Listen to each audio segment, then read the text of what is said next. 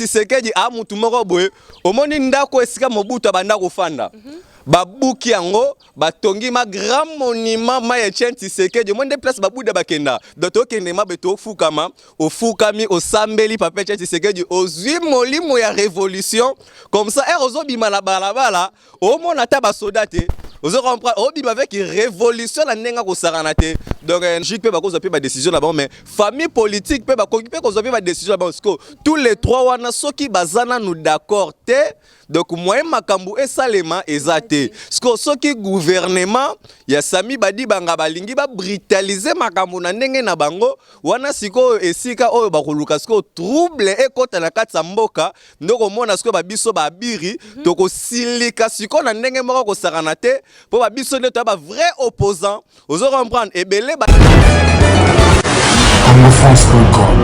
Et voilà, mesdames, demoiselles et messieurs, bonjour et bienvenue dans notre site 3 www.congofrance.com. C'est-à-dire ça, c'est un site qui est au milieu de toute actualité et qui est le meilleur site de la diaspora congolaise. Et voilà, un site qui a toujours été là au cœur de vos préoccupations.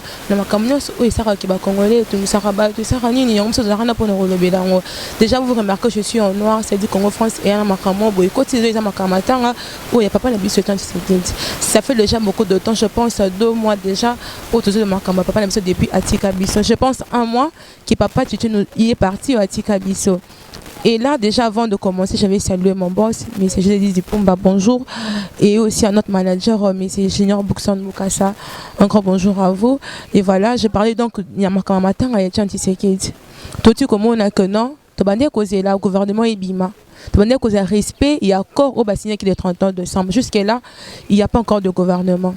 Et puis, tu as dit que ça biso date au matin, il y a papa et quoi. Parce que papa, il fallait le matin déjà. Et il y a un mais comme les combattants veulent dire que non, avant matin, il faut nous dire au gouvernement ici. Et bien, parce que le gouvernement, il n'a jamais kokunda papa. Mais quand motomoni, publié date que matin et le 11. Et bien, on a parlé du peuple et kokundama na cimetière Yagombe. Ce qui est très étonnant, malgré le bail que non, avant il faut le gouvernement et salam. Jusqu'à là, il n'y a pas respect de l'accord. L'accord, si c'est qu'on était basali pratique, il y a maintenant signé. C'est vraiment malheureux parce que déjà, un pays qui ne respecte pas la constitution, est-ce qu'accord on est à la respecter? Je ne dis rien. Mais ça constat, on a rappelé ma casse n'a pas constat. Et parce que la population est d'accord. Eux que EBM sans que mon gouvernement ainsi. Ça je sais pas. Voilà but on a nazo l'examicro de l'eau. Pour na koyeba est-ce que batu ba sepeli matanga ya pendant que gouvernement na salamité. Yango micro ko tambola et puis koyeba ite matanga okunda makuna. Voilà, il y a toujours quand on a cadre matin et chichi hein. Toujours que tout n'a pas point de vue à ba kino koyeba baza pour ou contre est-ce qu'il y a chicha kunda na cimetière à Gombe. Bonjour papa. Bonjour maman. Papa, on vous appelle comment? Aimé Asimbo. Ok, ça c'est le micro de Congo France, papa. Est-ce que vous êtes d'accord à ce qu'il y a Titi, autant que papa, autant que peur de la démocratie, Bakoundaï na cimetière Yagombe? Bon, il y a un problème na cimetière à Gombe, mais le problème est que les combattants, est-ce que Barondima? Donc, même Félix, à cause de la décision, mais ce combattant, Félix a un droit à athée. Et vous, étant que Félix a lobby, étant que vous patriote, est-ce que vous êtes pour ou contre? Bon, mausolée na espace où on est na moneli yango nenge André Kimbuta yango vraiment planifié en tout cas c'est bon. C'est bon ko kunda manaye na cimetière à Gombe. Agrandi c'est étonnant na bakanga na bango ba fongola ba côté. Mais ce qui est mal parce que ba déterrer ba corps yakala. Batuana ba batuna bango ba ozanga place ya roya otala batuna bango ba kufa. Donc c'est ça le problème. Et en plus, tout le monde qui famille, il y a papa Etienne, Bassigna qui bandimi à ce que il y a le 11. Déjà, il est matin, il y a le 11, pendant que accord Oyo et Signama qui est 31 et que le gouvernement non, il salamité, non, il salamité, mais quand même matin, et puis famille est signée, on a quand même content. Oui, on est content, mais il y a un problème, le problème est lié à la population. La population, il faut pas convaincre les populations. Gouvernement en place, il faut convaincre les populations.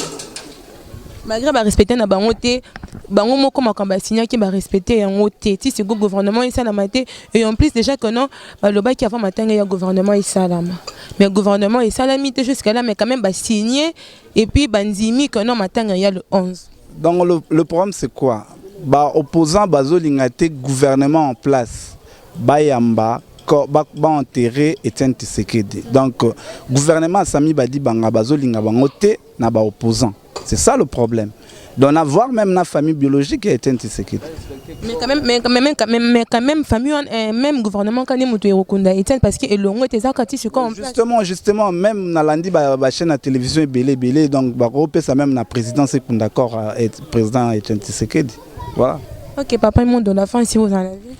Bon, ngai souci dans ngai que Corée le 11 mais ce qui barondi maté gouvernement balukata président Sekunda Corée Etienne Tshisekedi c'est un grand homme, c'est une icône de ce pays donc voilà. Okay, merci papa pour notre point de vue. Et voilà, nous continuons toujours dans Kotambola, na messana Kotambola.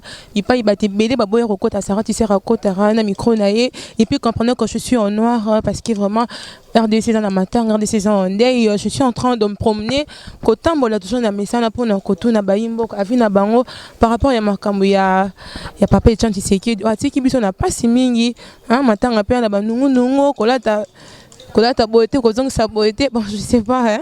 En tout cas contrairement ici à Montouye moi que papa banda ta mingi monière so to la taper monière hein et ça l'a bien mais je suis en train de continuer toujours nazo banambo ka babisa biso makambo par rapport ya matin ya papa Etienne Tshisekedi donc voilà quoi.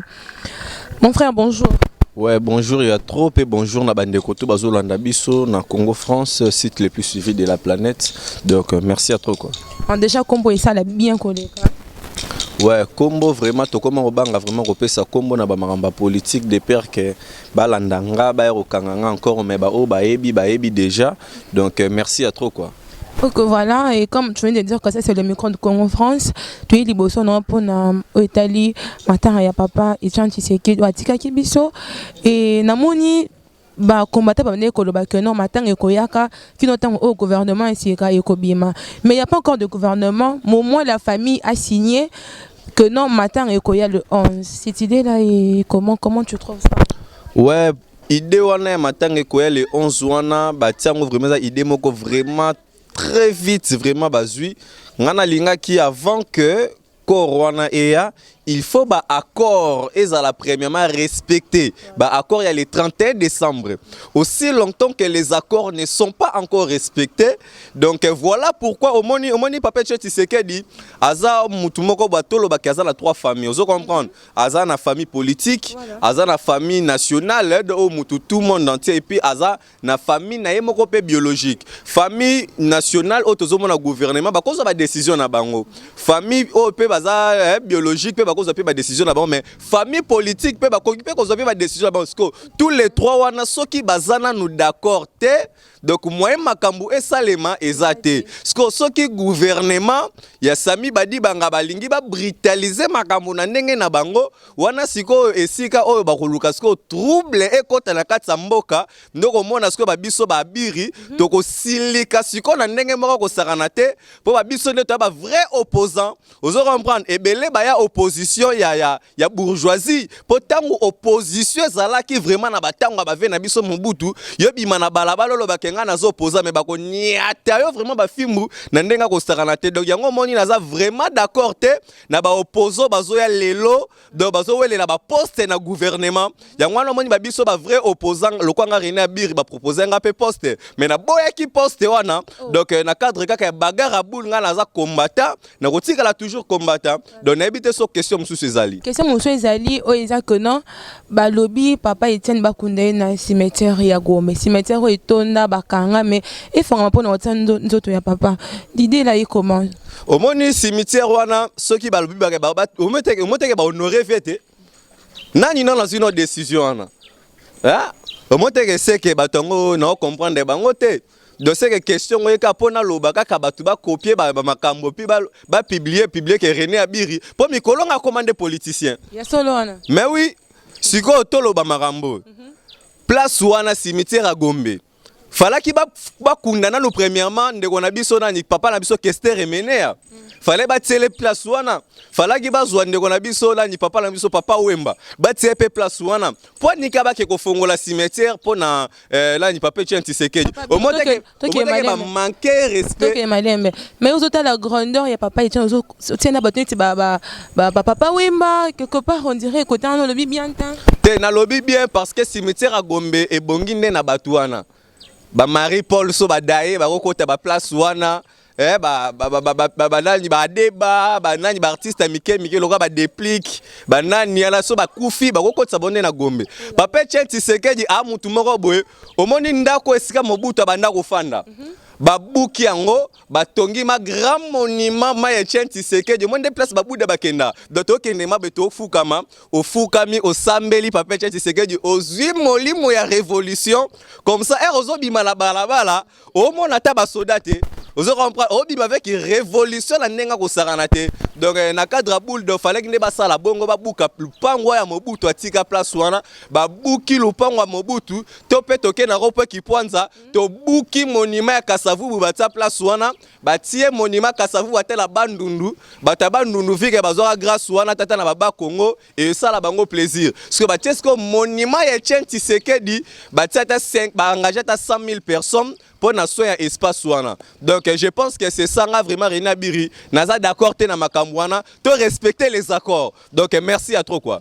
Ok, merci René Biri en tout cas ya Chichi makambo Luiki papa nebi ko ok de mon côté o même battu belé parce que battu loka papa pe tient ceux qui ba kufi battu le roi la bino un des grands makambo za ba Congo oyo et c'est un rabat PDP balanda babi une personne qui ne respecte pas la constitution est-ce qu'il va respecter les accords prochainement? Et voilà, on est kaboti kolanda, on micro tambolaki, ningi pe bana mboka ba lobby, ba pesi ba vie na bango. Il y a ceux qui sont pour, ceux qui sont contre, ni ka izalaka na ba kanyon surtout. Mais mingi mi bat ba regretter ningi nini, ba combattant boté man ki bodaka ki na ba télévision, bo lobek total ki bino kono avec bembe tout d'abord respect encore. Mais na comprendre te peneni bandimi et puis date bimi kono le 11 matin réa. Non, on n'a pas le choix, bembe pe oumi, tout ça pour ça il a pas la biso. Au moins, que non, bon, et bien, quand on n'a pas le choix, mais regret pour le cimetière, il y a gros, mais quand on se peut combien de centimètres, quelle que soit grandeur. Mais il y a deux gens, c'est ça dit c'est fini pour tout le monde, qu'est-ce que c'est parce qu'il va être chichi du colonel. Moi, ça dit ça dit maman au de la presse. Dans le barana sous-souté parce que nous n'avons pas besoin de aller.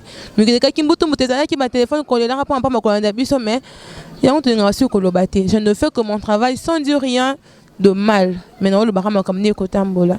Et voilà, tu as quand tu t'as pas payé le 11. Et les canapés qui m'a j'ai pas demandé qui va dans cette télévision sur la timonière sous son bouton.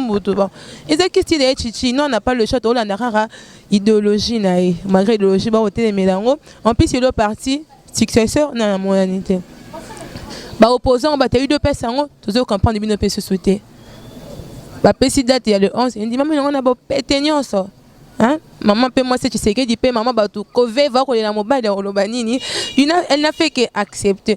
Voilà c'était donc ça l'autre temps là qui me pas ma maman matanga tout temps là qui pona et bembe ou mais souka date bani et voilà vous a toujours branché na Congo France vous voyez ba suite à ma matanga ne ko kende mais boye ba ki matin que la payé du peuple hein c'est donc ça tu habité dans ma pendant combien de jours ça je sais pas j'ai fait un micro n'est-ce pas ce que tu habité hein tu habité mais au moins il n'a pas du peuple par jour tu habité en tout cas merci beaucoup à Cédric Mouna veut dire nzamé ba caméraman tout ce robot na sur ndimi yo comme toi ba mais président na bino et ba caméra tout internet yewana il a toujours été là accompagné de Sarah Tisser dit la maman ngolé de la presse congolaise yeyo un grand merci à mon boss mais c'est José Didier Dipomba salut na papa Banebe papa monter en malamu papa ko sunga bana papa koloba moi la sala musala na musandi okoni et donc c'est un grand merci aussi à notre manager monsieur Jean Mukasa sans oublier Babi conseiller Yassara Yewana hein moi faut moi on a faut bien garder notre numéro la prochaine émission monsieur Robert depuis les États-Unis connaît maman elle a été monsieur Robert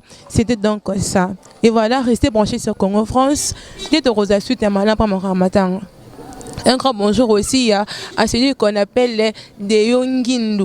hein, garçon solide, le papa de Kenaya, Nabina Rosiela, pour les secondes à 39, na Rosiela, Royal Kalate, et c'est donc comme ça. Et aussi, à toi, pour les mots, Nabina Rosiela iPhone, hein, Sarah Mikolo, Batombo, qui n'a pas promis, si aux promettre aux coquissatés, le retard un peu comme on aura à Kalate. Et voilà, c'était donc ça.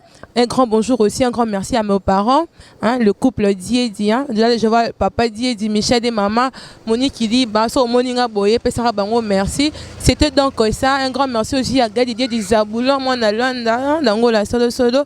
Et voilà, merci beaucoup à toutes les personnes qui me suivent, qui m'encouragent, qui me font toujours des remarques.